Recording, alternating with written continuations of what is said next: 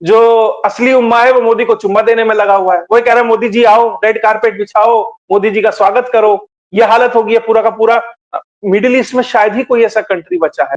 It is my direct warning to all the Pakistan student body and to Jamaat-e-Islami of Bangladesh, also to Jaish-e-Mohammed and Lashkar-e-Taiba कि अगर आपके ये जो आतंकवादियों ने इकट्ठे होके दोबारा कोई ऐसी हरकत की, इसकी गूंज, आवाज और बदला इंडिया के वेस्टर्न फ्रंट पे लिया जाएगा। और वो तब लिया जाएगा जब पाकिस्तान की फोर्सेस सबसे ज्यादा नॉर्थ पाकिस्तान में ऑक्यूपाइड होंगी और साथ ही साथ उनके पास न्यूक्लियर पावर्ड 2 सबमरीन गालिबन मौजूद हैं। इंडिया की जानब से 3 पाकिस्तानी दरियाओं पर पानी रोका जाने लगा है। भारत सिंतास मुआहिदा माने या पाकिस्तान से एक और जंग के लिए तैयार हो जाए। पहले इंडिया ने दरिया चनाब का पानी रोका, फिर दरिया झेलम और दरिया नीलम का पानी रोका। और आप जो है वो एकतरफा कार्रवाई करके पानी बंद करना जो है इंटरनेशनल कवानीन की सरीहन खिलाफ वर्जी है और आप ऐसा नहीं कर सकते। और इंडिया इस वक्त ओपनली पाकिस्तान को चैलेंज कर रहा है कि जो करना है कर लो, पानी आपको हम नहीं देंगे। कि पाकिस्तान और इंडिया के दरमियान अब जब भी कोई बड़ी जंग होगी तो खदशा ये है कि वो पानी के तनाज़े के ऊपर होगी, क्योंकि पाकिस्तान आने वाले तकरीबन तमाम बड़े दरिया इंडिया से होकर गुजरते हैं। तरफा तौर पर पानी बंद करना जो है वो माहौलियात के साथ, इंसानियत के साथ, खुराक के साथ जो है वो एक खिलवाड़ है, इसकी इजाज़त नहीं दी जा सकती। ये पानी सालाना 5 मिलियन एकड़ फीट बनेगा और इसकी मालियत 10 अरब डॉलर्स बनती है।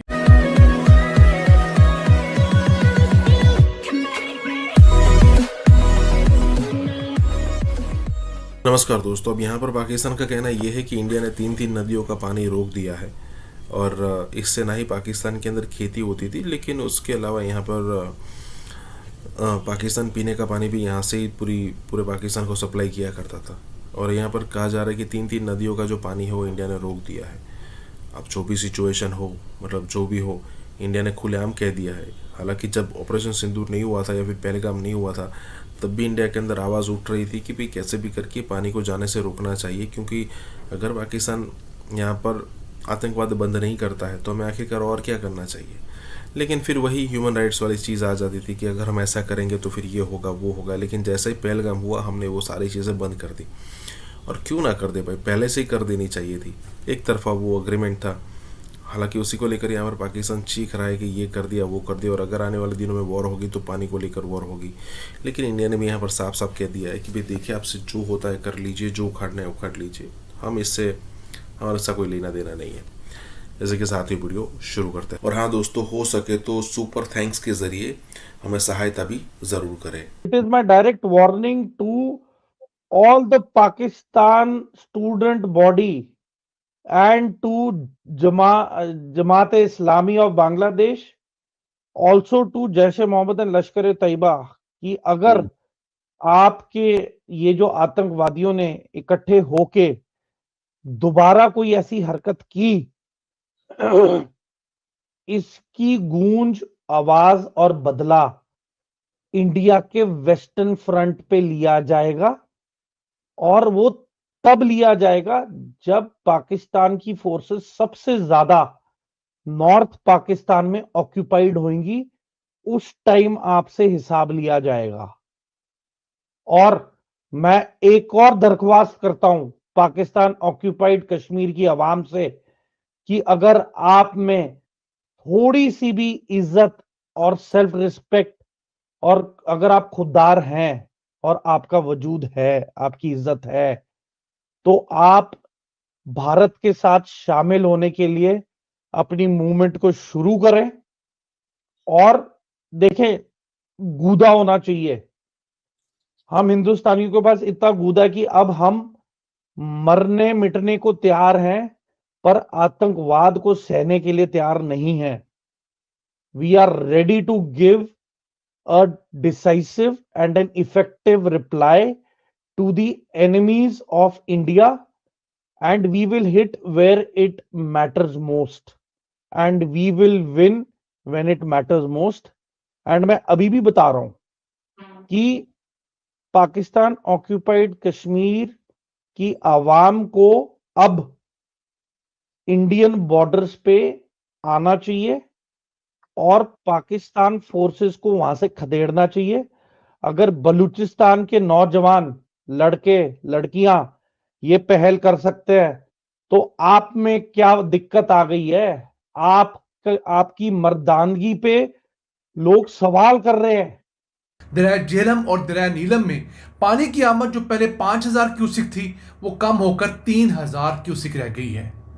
और इस सारे कंट्रोल के पीछे किशन गंगा डैम वो एक अहम सुतून है जहां पर इंडिया पाकिस्तान आने वाले इन दरियाओं का पानी रोक रहा है।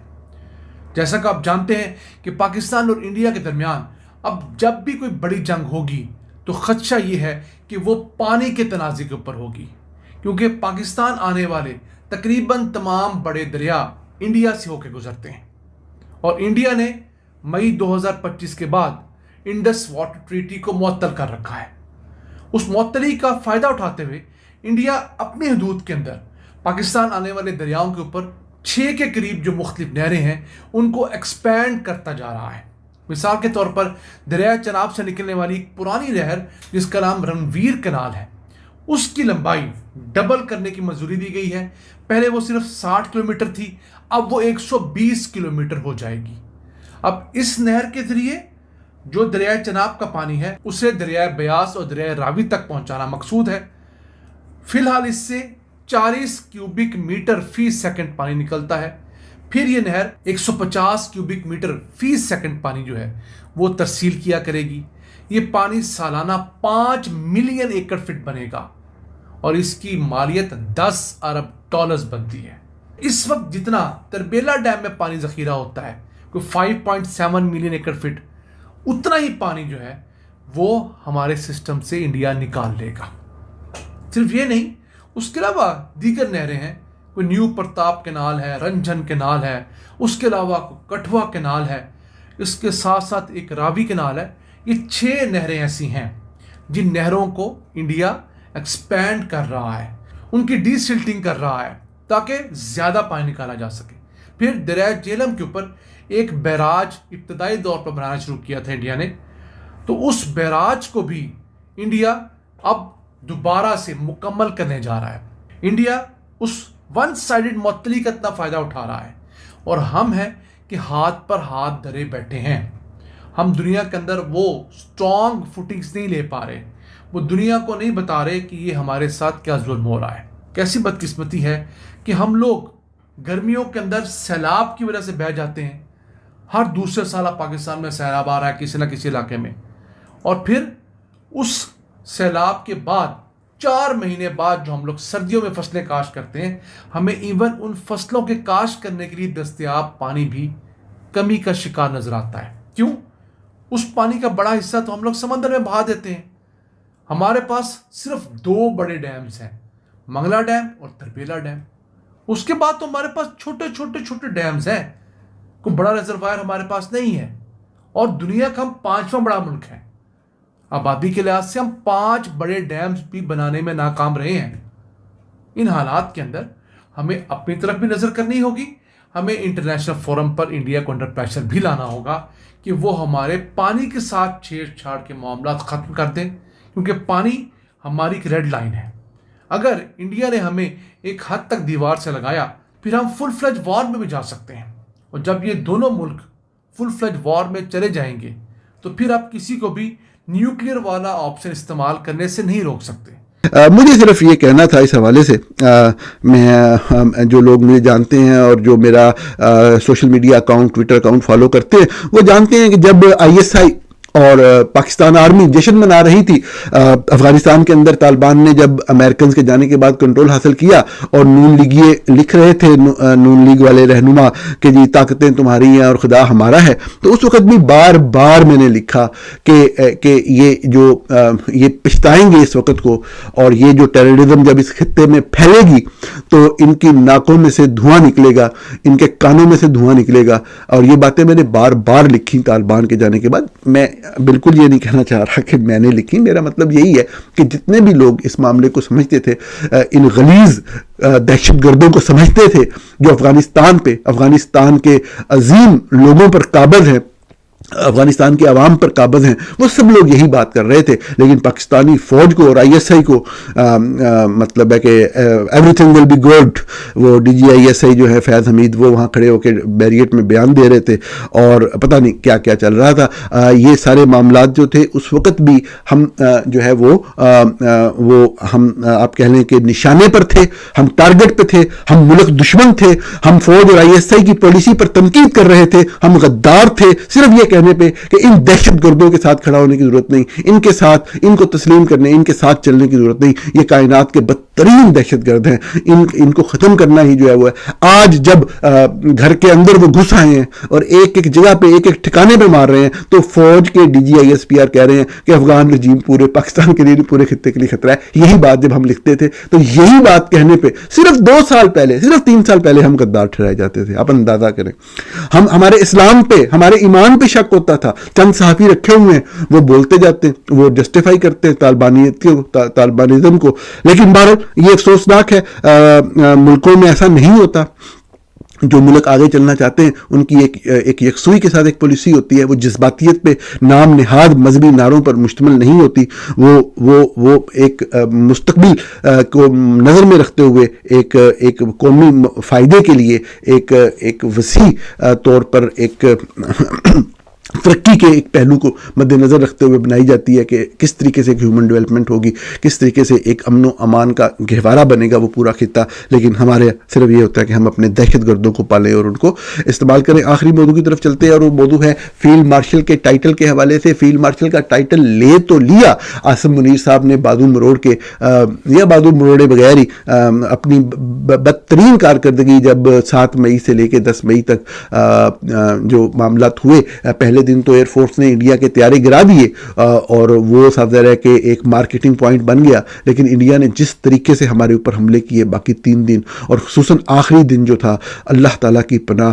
एक हमारी एयरबेस को उन्होंने प्रिसीजन के साथ अटैक करके टारगेट किया और हमारा कोई एक मिसाइल भी उनके बॉर्डर से आगे नहीं जा सका। इंडियन जो डिफेंस सिस्टम था S-400, उसने चिड़ी को, किसी को पर नहीं मारने दिया।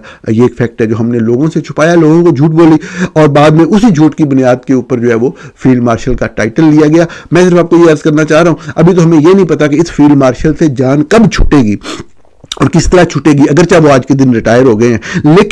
लेकिन ये मैं एक नुक्ता आपके सामने रखना चाह रहा था कि जब भी कोई आर्मी चीफ आता है वो हर तरह का जो है ना अपनी ताकत इस्तेमाल करते हुए उस वक्त की हुकूमत से मैक्सिमम जो फ़ायदे और बेनिफिट्स और जो ताकत और इख्तियार हासिल करना चाहता है। आइंदा के लिए ये बात आप नोट फरमा लें कि जो भी आर्मी चीफ आएगा, अगर ये कभी गए तो आएगा और उसके बाद मुल्क रहा तो जो भी आएगा वो उसका एक ये होगा कि मैं आर्मी चीफ बन गया था, मैं कोई ऐसे छुरली चला के मैं फील्ड मार्शल का टाइटल लूं, ताकि ये भी एक पावर स्ट्रगल का एक हिस्सा बन जाएगा, जो कि बहुत ही अफसोसनाक है। ये जंग के बाद की सूरत हाल है और आप सियासत के ऊपर, 2 ममालिक के ताल्लुकात के ऊपर बात नहीं कर रहे, बल्कि आपको बुलाया गया है पाकिस्तान की फौज, पाकिस्तान की रियासत, उसके खिलाफ आपका गुस्सा निकालने का मौका देने के लिए और ये बताने के लिए कि साजिश हो सकती है, फौज के अंदर तकसीम है, ये बातें बयान करने के लिए।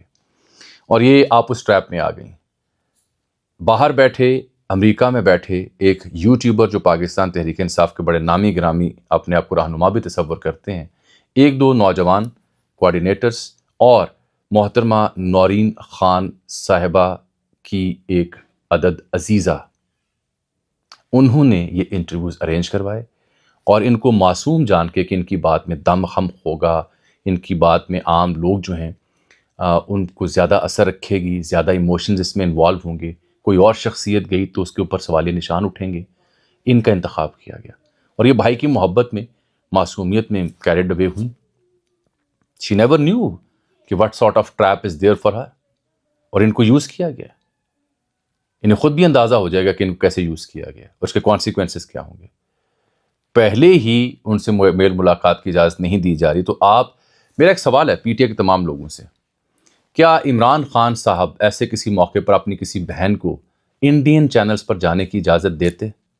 मैं लिख के देने को तैयार हूं कि बिल्कुल इजाज़त ना देते।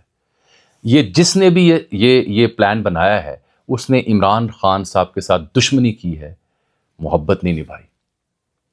अगर आपको इस्टेब्लिशमेंट से, फौज से कोई मसला है तो आप उसके लिए भारत का कंधा यूज़ करेंगे। आप उनकी सुर्खियां तो देखें क्या हैं, वो क्या स्क्रीनशॉट क्या जारी कर रहे हैं भारतीय चैनल। मैं साथ कोशिश करूंगा एडिटर आपको दिखा सके। यानी आपने कोई कसर रहने नहीं दी। और मैंने आपको बताया है कि हफीजुल्लाह न्याई साहब हूँ या इनके अहले खाना में से 2-4 और लोग, उनको इंटरनेशनल चैनल्स ने भी, भारतीय चैनल्स ने भी 15 से 20 कॉल्स और मैसेजेस मैंने खुद मुझे बताया गया उन तक पहुंचे। दे रिफ्यूज्ड। उनका हमारी जंग यहाँ है, आपकी मदद से हमने जंग नहीं लड़नी। ये 4-5 लोगों ने, जिम्मेदारों ने ये काम किया है, बट शी गॉट ट्रैप्ड। इतनी मासूम है, मुझे अंदाजा नहीं है। मिसयूज हुई है, मैं कुछ नहीं कह सकता। ये इंटरव्यूज इनके काम आएंगे? बिल्कुल नहीं आएंगे। नुकसान होगा? बिल्कुल होगा। प्राइम मिनिस्टर नरेंद्र मोदी ने अपने इंडिया की हिस्ट्री के रिकॉर्ड पे रिकॉर्ड तोड़ रहे हैं। जब तक मोदी की हुकूमत है इंडिया में, आप किसी भले की तवक्को ना रखें। सिंतास पे क्या होगा? पानी बंद करेंगे तो हमने उसको ऐलान जंग कहा है, वो तो पानी बंद करने की तैयारियां कर रहे हैं, बल्कि करना शुरू कर दिया है। मगर बात यह है कि नरेंद्र मोदी को एहसास है इस बात का कि अब कहीं ना कहीं तो बदला लेना पड़ेगा। पाकिस्तान के 5 ड्रोन्स मुख्तलिफ जगहों से उड़ान भरकर भारत की सरजमीन में दाखिल होते हैं। 5-6 पाकिस्तानी ड्रोन्स दिखे हैं और उनकी तरफ से कुछ इंट्रूजन की कोशिश करी जा रही है। हमारी L-70 गन्स ने फायर भी खोला, उसके बाद वो पाकिस्तान के ड्रोन्स जो हैं उनके ऊपर भारतीय फौज अपने फायर खोलती है और इस सब के अंदर पाकिस्तान के ड्रोन्स मार गिराने का दावा, क्योंकि वो खुद कहते हैं कि ऑपरेशन सिंदूर को हमने पॉज किया हुआ है। हाँ। खत्म नहीं, पॉज किया हुआ है। तो मतलब ये है कि इसको फिर चलाएंगे हम। इसका ये मतलब है कि हम सही टाइम पे सोच समझ के। वो दुनिया की ऐसी कंट्री में गए कि जहां हिंदुस्तान का प्राइम मिनिस्टर को कभी 30 साल हो गए हुए। अगर वो कोई डैम भी बनाएंगे ना 10 साल बाद, 15 साल बाद, तो तब भी उस डैम का कंट्रोल हमारे हाथ में होगा। पिछली बारी एक जो 2 ड्रोन शूट डाउन हुए थे पिछले 1-2 हफ्ते के अंदर, उसके अंदर फोन्स थे, सिम कार्ड्स थे, उसके अंदर थोड़ी सी एम्युनिशन थी। ठीक है, इस दफा मैं समझता हूँ कि गैप वैप कोई नहीं होगा। एक ऑपरेशन होगा, कोई कहेंगे लो जी पाकिस्तान ने ये कर दिया, पाकिस्तान ने वो कर दिया, और उसके बाद immediately they will attack our airfields. India में बने डैमों का कंट्रोल सर पाकिस्तान के हाथ में कैसे हो सकता है? ये वैसे ही हो सकता है जिस तरह हमने राफेल जहाज का रडार सिस्टम और रेडियो सिस्टम जैम कर दिया था। ना हुआ क्या, 5-6 ड्रोन आए, ठीक है, और नौशेरा सेक्टर के आसपास वहां पर थोड़ी फायर खोली गई, 1-2 गिरा दिए गए, बाकी जो इस तरफ आए नहीं थे वो वापस। आपका कोई नौजवान जो यानी 60-70% आप कहते हैं कि नौजवान हमारे पास मौजूद है, वो नौजवान नहीं है, वो बेरोजगार एलियंस आपने पैदा कर रखे। वो आपकी बोटियां नोच कर खाएंगे, उनकी आंखों में खून नजर आता है, उनके चेहरों के ऊपर गुर्बत नजर आती है।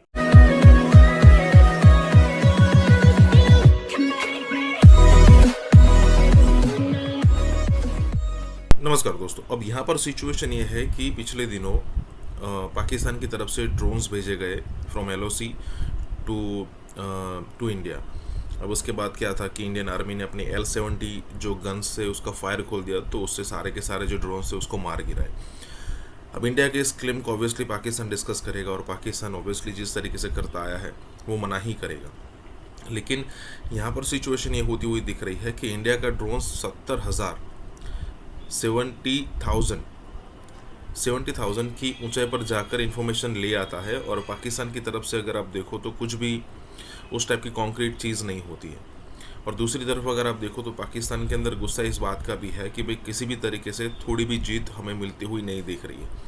वो बात अलग है कि जिस तरीके से वो प्रोपोगेंडा फैला रहे थे कि भाई S-400 को हमने ये कर दिया और राफेल गिरा दिए, ये प्रोपोगेंडा का पार्ट था। लेकिन सही मायनों में उसकी लीडरशिप को ये पता है कि भाई हमसे कुछ नहीं हो पाया, और उनको छोटी मोटी जीत भी यहाँ होती हुई नहीं दिख रही है। इसी के साथ ही वीडियो शुरू करते हैं। और हाँ दोस्तों, सुपर थैंक्स के जरिए हमारी मदद करना ना भूले।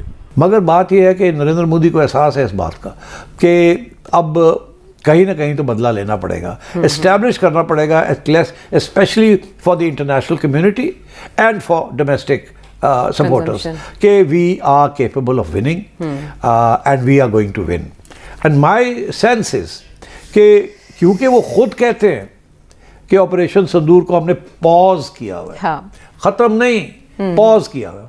तो मतलब ये है कि इसको फिर चलाएंगे हम। इसका ये मतलब है कि हम सही टाइम पे सोच समझ के तैयारी करके हम आएंगे, फिर हम बदला लेंगे ऑपरेशन सिंदूर। वो ख़त्म नहीं हुआ। तो या तो वो कहते ना ख़त्म हो गया तो बात ख़त्म हो जाती, पर नहीं। So these are the reasons why I think कि किसी न किसी स्टेज पे वो सोच समझ के पूरी तैयारी करके और वो फिर कोई ना कोई फॉल्स फ्लैग ऑपरेशन करेंगे जिसके बेसिस के ऊपर एक सरप्राइज अटैक लॉन्च करेंगे। पिछली दफ़ा तो एक हुआ था फॉल्स फ्लैग, उसके दरमियान और ऑपरेशन संदूर के दरमियान कुछ गैप भी था, ठीक है। इस दफ़ा मैं समझता हूँ कि गैप वैप कोई नहीं होगा, एक ऑपरेशन होगा, कोई कहेंगे लो जी पाकिस्तान ने ये कर दिया, पाकिस्तान ने वो कर दिया, और उसके बाद immediately they will attack our airfields and try कि हमारा जो सिस्टम है जो प्लेटफॉर्म का, जिसके बारे में कुछ इंडियन कमेंटेटर्स भी बड़ी तारीफ कर रहे हैं, मल्टी प्लेटफॉर्म, तो वो उसको नॉकआउट करने की कोशिश करेंगे। And you know they have the missiles both surface to surface missiles and air to surface missiles, तो और उनकी लॉन्ग रेंज है। So in a surprise attack they might do that. तो therefore my sense is that we need to be prepared for that. One of the reasons कि मैं ये कहता हूँ कि वो करेंगे इस वो करें या ना करें, आज करें या कल ना करें या परसों ना करें, हमें हर वक्त यही अजम्पशन रखनी चाहिए। इसलिए जब तक मोदी की हुकूमत है इंडिया में, आप किसी भले की तवक्को ना रखें। सिंतास पे क्या होगा? पानी बंद करेंगे तो हमने उसको ऐलान जंग कहा है, वो तो पानी बंद करने की तैयारियां कर रहे हैं, बल्कि करना शुरू कर दिया है। तो आगे तो ये तो पानी पे जंग होती दिखाई दे रही है वाज़े तौर पे। मैं आपको एक बड़ा ही मुख्तलिफ सा जवाब दूं जी। पाकिस्तानी कौम को कोई परेशानी नहीं होनी चाहिए, इंडिया पाकिस्तान का पानी बंद नहीं कर सकता। अच्छा, वो कैसे? भाई ये छोड़ देना, अगर वो कोई डैम भी बनाएंगे ना 10 साल बाद 15 साल बाद, तो तब भी उस डैम का कंट्रोल हमारे हाथ में होगा। और अभी भी जिन डैमों के ज़रिए उन्होंने थोड़ा 3-4 दिन के लिए पानी बंद किया है, उन डैमों का कंट्रोल आपके हाथ में है। इंडिया में बने डैमों का कंट्रोल सर पाकिस्तान के हाथ में कैसे हो सकता है? ये वैसे ही हो सकता है जिस तरह हमने राफेल जहाज़ का रडार सिस्टम और रेडियो सिस्टम जैम कर दिया था, वैसे ही हो सकता है। अब आगे नहीं पूछना। F-35 अब जो है वो इंडिया अब लेना चाहता है। एक वो मैंने आपको सुना एक प्रोग्राम में, आपने कहा कि वो अब इंडिया वर्सेस चाइना एस्टैब्लिश करके ना वो जहाज़ लेना चाहता है अमेरिका से। क्या वो F-35 लेके पाकिस्तान पे अटैक कर सकेगा?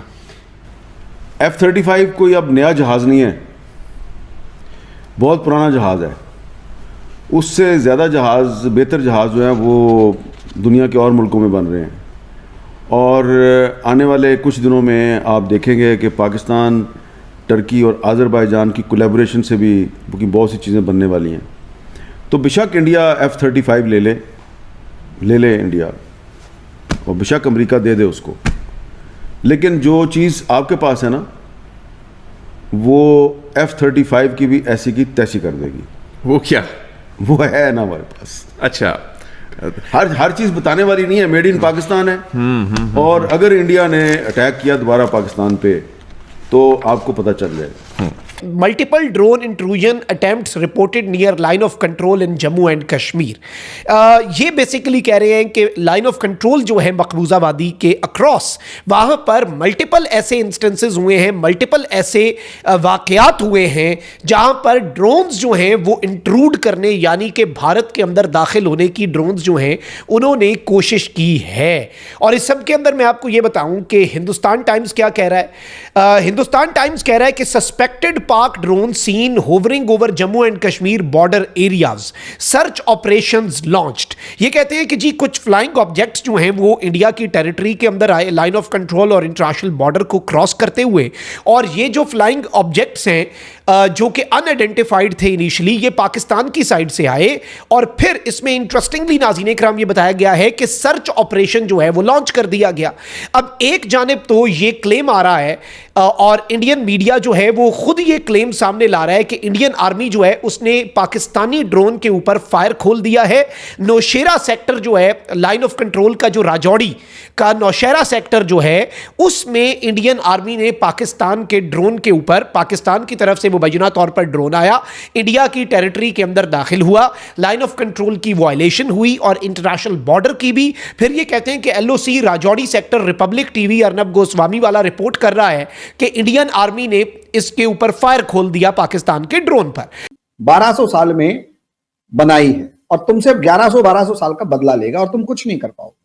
पाकिस्तान के कई सोशल मीडिया अकाउंट्स की तरफ से एक्स पर पिक्चरें सर्कुलेट हो रही है जिसमें लिखा है बिफोर एंड आफ्टर और कह रहे हैं कि हमने अमृतसर पंजाब एयरबेस को डैमेज किया था। And to do some kind of a damage control, now fake images, fake satellite images are being sent out all across X and social media to show some kind of devastation in India's Punjab. इन्होंने एक missile मारने की कोशिश की थी दिल्ली में, वो ये मार ना सके, उन्होंने रास्ते में गिरा दिया। लेकिन हिंदुस्तान के ड्रोन्स कराची, लाहौर, इस्लामाबाद में दंदनाते रहे पूरे पाकिस्तान में। लेकिन आपने कभी ये नहीं सोचा कि जब आपके यहाँ ये सब कुछ होना शुरू हुआ तब आपको शायद आपकी जो चीखें निकल रही हैं, जो आपकी चीखें आसमानों तक जा रही हैं, तो आपको पता चला कि अगर किसी के यहाँ लोगों को मारा जाए, किसी का नुकसान हो तो वो कितना परेशान हो जाता है। काश ये बात आपको 26/11 के वक्त ही समझ आ गई होती। भारत 4-5 दिन मिसाइल मारता रहा, हमारी एयर बेसिस को निशाना बनाता रहा। बर्री फौज ने क्या जवाब दिया भारत को, ये मुझे बताएं। क्योंकि अगर आवाम को पता चल गया कि हमारे अपने 6 एयर बेसेस हिट हुए हैं तो ये जो एब्सोल्यूट विक्ट्री का नैरेटिव मुनीरा मिस्त्री बेच रहा है, और पाकिस्तान की सिक्योरिटी एस्टैब्लिशमेंट की तरफ से ये बार बार बात रिट्रेट की गई है कि अगर भारत ने पानी रोकने की कोशिश की तो हम उसको एक्ट ऑफ वॉर समझेंगे। बिल्कुल, उन्होंने बेसिस को टारगेट करके डेमोन्स्ट्रेट की अपनी कैपेबिलिटी।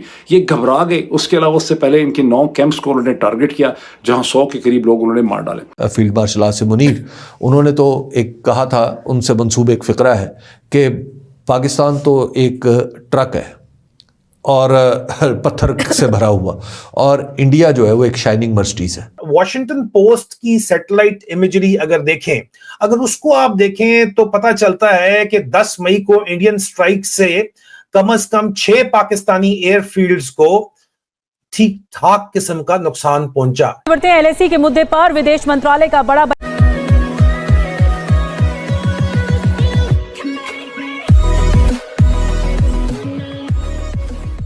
नमस्कार दोस्तों, इस चीज़ में माहिर है पाकिस्तान। इस चीज़ में, ये जो आप वीडियो में देखा ना आपने, इस चीज़ में पाकिस्तान बहुत माहिर है कि फेक फ़ोटोज़, प्रोपोगंडाज, जैसे मान लीजिए कि ऑपरेशन सिंदूर के, यहाँ पर ऑपरेशन सिंदूर की बात हो रही है, अब जाकर उन्होंने एक फेक फ़ोटोज़ निकाली। उस समय पर वो नहीं कह रहे थे, क्योंकि अगर उस समय पर वो ला देते ना तो कई सारे पत्रकार, मतलब इंडिपेंडेंट पत्रकार जो कि इंडिया से नहीं थे, पाकिस्तान से नहीं थे, यूरोप से थे, US से थे, साउथ अमेरिका से थे, वो पत्रकार ला रहे थे अपना पैसा खर्च करके। उन्होंने सैटेलाइट की इमेजेस निकाली थी और उनका कहना यह था कि इंडिया की तरफ कोई नुकसान नहीं है, जबकि पाकिस्तान की तरफ देखो तो इतनी मिसाइलें गिरी है, कई सारे एयरबेस तबाह कर दिए गए, कई सारे हैंगर्स तबाह कर दिए गए, कई सारी चीज़ें हुई पाकिस्तान के अंदर। लेकिन ये जो फोटोज़ हैं ना, वो उस समय नहीं दिखा पाए क्योंकि दुनिया के कई सारे लोग बता देते कि ये फेक है। अब जबकि पूरी दुनिया अपने काम में व्यस्त हो गई है, अपनी सारी चीज़ों में वो व्यस्त हो गई है, तब ये ला रहा है। अब किसको इंटरेस्ट होगा? ये फेक फ़ोटोज़ दिखा रहा है कि इंडिया के अंदर देखो पहले क्या था, अब क्या नुकसान हमने कर दिया है, वगैरह वगैरह। ऐसे के साथ ही वीडियो शुरू करते हैं। और हाँ दोस्तों, हो सके तो सुपर थैंक्स के ज़रिए हमें सहायता भी ज़रूर करें। लेकिन पाकिस्तानियों की बहादुरी सिर्फ किताबों में होती है और सिर्फ डायलॉग्स में होते हैं, सबूत और कुछ भी नहीं। अब सामने आ रहे हैं पाकिस्तान के कई सोशल मीडिया अकाउंट्स की तरफ से एक्स पर पिक्चरें सर्कुलेट हो रही है जिसमें लिखा है बिफोर एंड आफ्टर, और कह रहे हैं कि हमने अमृतसर पंजाब एयरबेस को डैमेज किया था। अब यहाँ पर इंडिपेंडेंट एनालिस्ट जो है उसने सबूत दिया और उसने कह दिया कि यहाँ पर सब बात ही झूठ है, ना ही कोई डैमेज मिला है, ना ही कोई चीज है। सब के सब चीजें जो आ रही है पाकिस्तान की तरफ से वो रॉन्ग है और पाकिस्तान सिर्फ झूठ का काम कर सकता है। ऑपरेशन सिंदूर की दौरान जिस तरह पाकिस्तान की टुकाई की थी हिंदुस्तान ने, और जिस तरह औकात दिखा दी थी, और जिस तरह पाकिस्तान को समझाया था, उनके बाद तो इन लोगों के साथ कोई जवाब ही नहीं था। और इनके साथ साथ इनका आसिम हुआ तो झूठ भी कहेगा और अपने लोगों को यह भी समझाएगा कि क्यों उसको कैद मार्शल आसिम मुनीर बनाया था। कैद का वो जो वर्ड था क्यों यूज किया गया था, इसलिए ये लोग अब झूठ बोलेंगे और भी झूठ बोलेंगे और उनके ऊपर और भी बोलेंगे। ये लोग पाकिस्तानी जो है, पाकिस्तानी आर्मी या पाकिस्तानी लोग जो है, ये दिमाग लगाकर कुछ भी नहीं कर सकते। AI का यूज करो, फोटोशॉप का यूज करो, ये करो वो करो, झूठी कहानी दुनिया के सामने रख दो, लेकिन इन लोगों को कोई इल्म ही नहीं है, कोई पता ही नहीं है कि दुनिया को पता है कि पाकिस्तानी किस तरह के झूठे होते हैं, पाकिस्तानी किस तरह झूठ बोलते हैं। और सारी दुनिया के सामने सबूत जो रखा था अमेरिका, यूएसए का के जो इंडिपेंडेंट कंपनीज थे, जिसने सैटेलाइट की पिक्चरें सारी दुनिया को दिखाई थी और जिस तरह दुनिया के सामने रखी थी कि किस तरह हिंदुस्तान ने जाकर पाकिस्तान के अंदर उनके एयर बेसिस तोड़े थे, मरोड़े थे, डैमेज किए थे। तो सबसे पहले तो हबीब साहब, पाकिस्तान और इंडिया के माबैन जो जोहरी तनसीबात की फहरिस्तों का तबादला हुआ, तो 1988 के एग्रीमेंट के मुताबिक दोनों मुल्कों ने इस चीज़ का अहद किया हुआ था कि एक दूसरे की जोहरी तनसीबात पे हमला करने से बाज रहेंगे। और 88 में ये हम देखते हैं कि एग्रीमेंट होता है, 1991 के अंदर जनवरी में इसकी तौसीक होती है, और उसके बाद से अब तक यानी दहाइयों से ये सिलसिला चला आ रहा है। और ये भी एक पॉजिटिव डेवलपमेंट है कि जंगों के बावजूद भी इसमें कोई भी तातुल नहीं आया। देखिए 1988 के बाद तो हमारे दरमियान उस तरह की कोई जंग हुई भी नहीं। हाँ, 2025 में एक मार्का जरूर पेश आया दोनों मुल्कों के दरमियान, एक ब्रीफ सा, लेकिन अगर अमूमी तौर पर देखें तो उसके बाद जंग नहीं हुई। हाँ, कारगिल वाला मामला भी है कि कारगिल बीच में आया, लेकिन कारगिल के हवाले से जो पाकिस्तान का इब्तदाई मौक़िफ़ था वो यही था कि ये कश्मीरी मुजाहिदीन हैं, कश्मीर के लोग हैं, जिन्होंने इनको पाकिस्तान का इसमें कोई किरदार नहीं है। लेकिन बहरहाल बाद में पाकिस्तान ने उस किरदार को ओन भी कर लिया और वो एक अलग बात है। लेकिन जनरली कि अगर हम कहें कि जैसे जंग हो गई कि जिस तरह की 1965 या 1971 की जंग थी, तो उस तरह की जंग कोई हमारे दरमियान नहीं हुई। उसमें जहाँ पर 1988 का मुआहदे की हम पाबंदी कर रहे हैं दोनों मुल्क, यानी पाकिस्तान अपनी फहरिस्त देता है न्यूक्लियर तनसीबात की और वहाँ से उनकी आती है, ताकि खुदा न खास्ता कोई जंग की सिचुएशन भी हो तो एक दूसरे पर हमला ना हो। ये हम दोनों का मुआहदा है आपस में, यानी पाकिस्तान और इंडिया का। तो ये तो है कि सिक्योरिटी दोनों की जो न्यूक्लियर इंस्टॉलेशंस हैं उनकी, उसकी वजह क्या है? उसकी वजह ये नहीं है कि एक दूसरे से मोहब्बत की वजह से एक दूसरे को बचाना है। असल मसला ये है कि न्यूक्लियर किसी भी इंस्टॉलेशन पे जब अटैक होता है तो उससे तबाही बहुत बड़े पैमाने पर फैलती है, और क्योंकि उसके अंदर से जो ताबकारी के अखराज होता है, फिर और उससे पहले हम चेरनोबिल का हादसा भी देख चुके थे, ये भी 1986 में हुआ था। तो जिसके बाद पूरी दुनिया में एक मामला आगे बढ़ा था कि जो जौहरी तनसीबात हैं उनकी सेफ्टी एंड सिक्योरिटी यकीनी बनाई जाए। तो फिर सारे मुल्कों ने एक दूसरे के साथ तकरीबन इसी तरह के मुआहदे किए कि जौहरी तनसीबात पर हमला नहीं किया जाएगा। तो अब जब जौहरी तनसीब पर अगर कोई हमला होता है तो उसको आप यूं कह सकते हैं किसी दर्जे में कि अब दुनिया इस बात पे तकरीबन मुत्तफिक है कि ये इंसानियत के खिलाफ जुर्म है, ये ना अपना डिफेंस है ना कुछ और है। लेकिन हबीब साहब, अब इससे आगे भी जो खारजा से क्वेश्चंस पूछे गए, कैदियों की फहरिस्तें भी शेयर हुई, लेकिन उसके बाद जो सबसे अहम चीज़ थी वो था इंडस वाटर। जी एग्जैक्टली, मैं उसी तरफ आ रहा था कि ये जो सिक्योरिटी का इशू है, जो सिक्योरिटी के इशू के ऊपर भारत और पाकिस्तान आप देख रहे हैं कि वो इंटैक्ट हैं उनके सारे मुआहदे। ठीक है ना। वो हॉटलाइन भी खुली हुई हैं जो फौज के और एक फौज से और दूसरी फौज के दरमियान राब्ते की हैं। सिक्योरिटी से रिलेटेड सारी हॉटलाइंस खुली हुई हैं, सारे प्रोसेसेस एंड प्रोसीजर्स मुकम्मल हो रहे हैं। लेकिन जहां पर पानी का क्वेश्चन है, वाटर सिक्योरिटी है, वहां पर बिल्कुल भारत का तर्ज अमल मुख्तलिफ है। अब पानी की अवेलेबिलिटी पाकिस्तान के लिए सिक्योरिटी का इशू है, पाकिस्तान ने इसको डिक्लेयर कर रखा है, ऑब्जेक्टिव मैटर है हबीब साहब, जिसके ऊपर आप बिल्कुल तो उसमें इंडस वाटर ट्रीटी को भारत ने सस्पेंड किया हुआ है 2025 से, यानी जब वो मामला ऑपरेशन सिंदूर और वो जो अटैक्स हुए, पहलगाम अटैक्स हुए थे, वो सारी चीजें, उसके बाद से वो इंडस वाटर ट्रीटी तो सस्पेंडेड है।